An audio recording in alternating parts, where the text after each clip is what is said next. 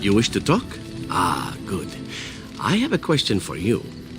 How well versed are you in poetry? Antivan poetry, specifically.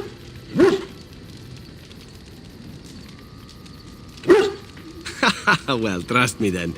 You won't be hearing it now. It was recited to me, as I recall, by a rather wealthy target of mine. Let's see. The symphony I see in thee, it whispers songs to me. Songs of hot breath upon my neck. Songs of soft sighs by my head. Songs of nails upon my back. Songs of thee come to my bed.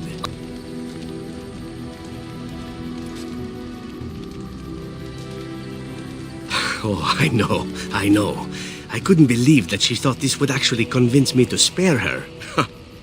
I had sex with her anyway, but that goes without saying. She still had to die. The poem was amusing at the time, however, and thus I've always remembered it.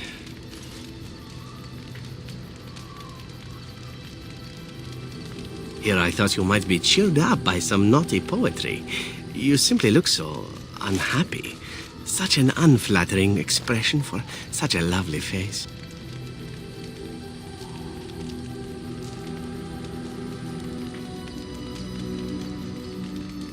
Do you? It's always pleasing to have one's efforts recognized. Good karma all around. Me, I tend to make the best of whatever situation I find myself in, stealing what moments I can. It's served me well most days. You might learn to do the same.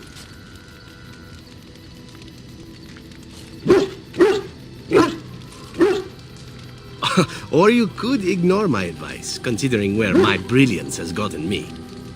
Enough poetry, I think. The time has come for traveling and the murdering of villains and whatever else passes for adventuring these days. You call? Can I respond in poetry? No? How sad. Yes, I suppose it is time. You have been a good friend to me after all. There is no reason to be silent. There is a reason I accepted this mission in Ferelden, far away from home, and it had nothing to do with any thought that I might leave the Crows. Meeting you, after all, was quite an accident.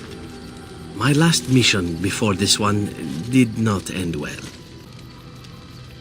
You must realize that until that day I was cocky and arrogant. I was the best crow in Antiva, I believed, and I bragged of my conquests often, both as an assassin and lover.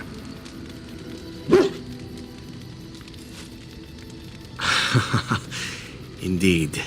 I was often told I was insufferable, right before I ended up in bed with someone. Such is how it was. One of the Crow Masters grew tired of my boasting. My bid for an incredibly difficult mark was accepted, much to my surprise. A wealthy merchant with many guards and completely silent. Taliesin agreed to be part of my team, as well as an elven lass named Rina. She was a marvel. Tough, smooth, wicked, eyes that gleamed like justice. Everything I thought I desired.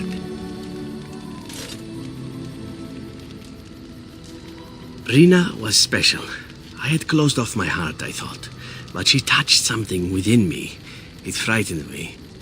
When Taliesin revealed to me that Rina had accepted a bribe from the merchant, told him of our plan, I readily agreed that she needed to pay the price and allowed Taliesin to kill her.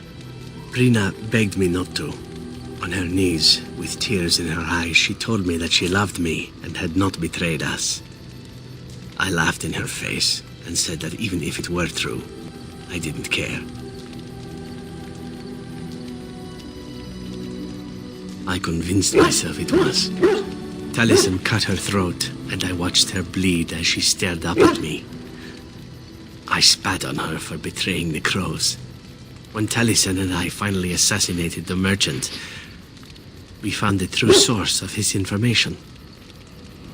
Rina had not betrayed us, after all.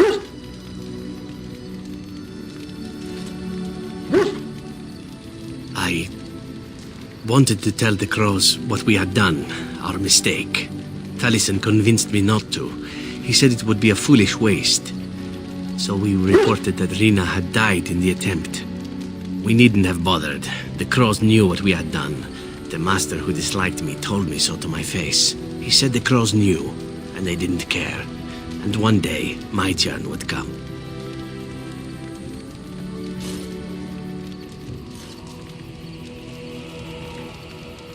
I felt empty. I felt as if I was nothing. I felt as if she had been nothing. You once asked why I wanted to leave the crows. In truth, what I wanted was to die. What better way than to throw myself at one of the fabled Grey Wardens? And then, this happened, and here I am.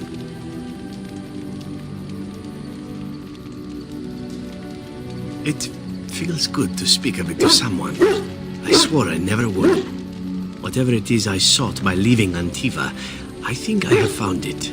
I owe you a great deal. Let us return to your mission, shall we? Suddenly, I do not feel like standing about.